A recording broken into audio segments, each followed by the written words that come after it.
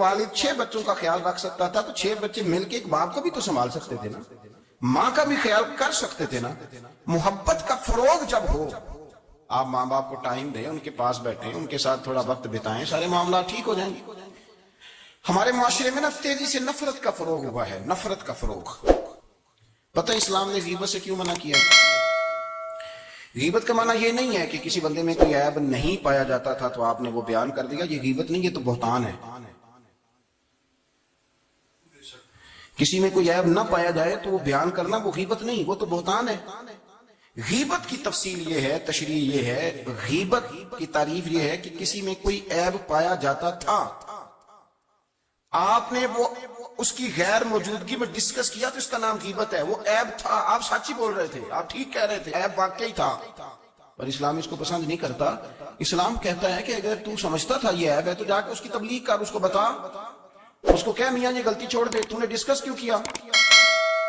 آپ کسی شخص کے پاس بیٹھیں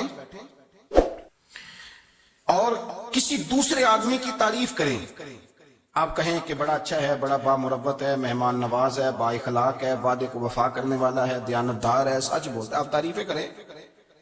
آپ کسی کے سامنے تعریف کریں گے نا تو بندہ کہے گا یار کسی دن ملاقات تو کرا، اور جب وہ ملے گا تو اس کی آنکھوں کے اندر ایک خاص کشش ہوگی، پیار ہوگا، ملنے کو جی چاہے گا، ایک خاص راحت ہوگی۔ یہ کب ہوگا؟ جب آپ نے کسی کی تعریف کر دی۔ لیکن اگر آپ کسی کی غیبت کریں گے، کسی کے بارے میں کہیں گے بڑا غلط ہے جی، لوٹ لیتا ہے جی، چور ہے جی، فاسق ہے جی، تو بندہ اگر کبھی مل بھی گیا تو اس سے سلام لینے کو دل۔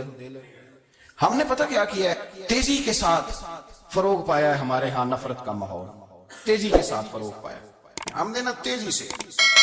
آپ کھول لیں، کوئی یوٹیوب کھول لیں، کوئی ایسا چینل کھول لیں، بس لڑائی ہے، فلانا فلانے سے لڑ رہا ہے، فلانا۔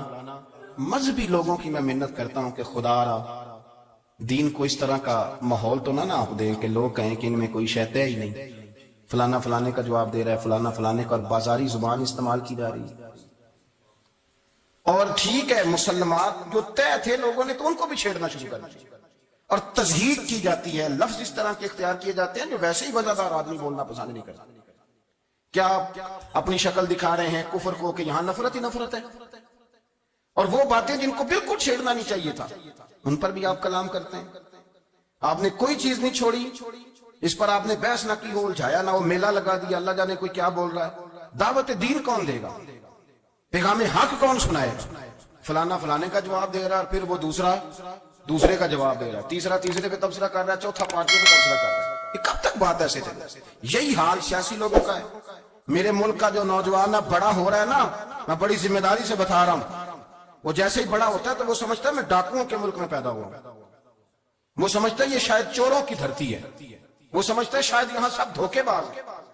ہم اس طرح سے نچوڑ کے لوگوں کے دلوں میں نفرت بھری ہے، نچوڑ کے کہ لوگ سمجھنے لگے اس ملک میں تو کوئی بندہ دیانتدار ہے ہی نہیں، کوئی بندہ اچھا ہے ہی نہیں، کوئی بندہ نیک ہے ہی نہیں۔ مذاق اڑاتے ایک صاحب میرے پاس آئے ہوئے تھے، کہنے لگے پیر صاحب 11 سال ہو گئے پولیس کی نوکری کرتا ہوں، 1 روپیہ رشوت نہیں لی۔ وہ چلا گیا، میں نے اسے تبکی دی تو وہ نکلا ہے، تو ایک بندہ کہنے لگا سب انہیں جو ہوتے نہیں نہ سکتا۔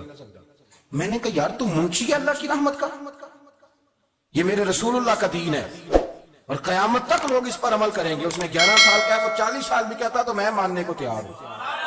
کیوں کچھی باتیں کرتے ہیں؟ آپ نے تو تباہی کر دی، کوئی بندہ ٹھیک نہیں بچا۔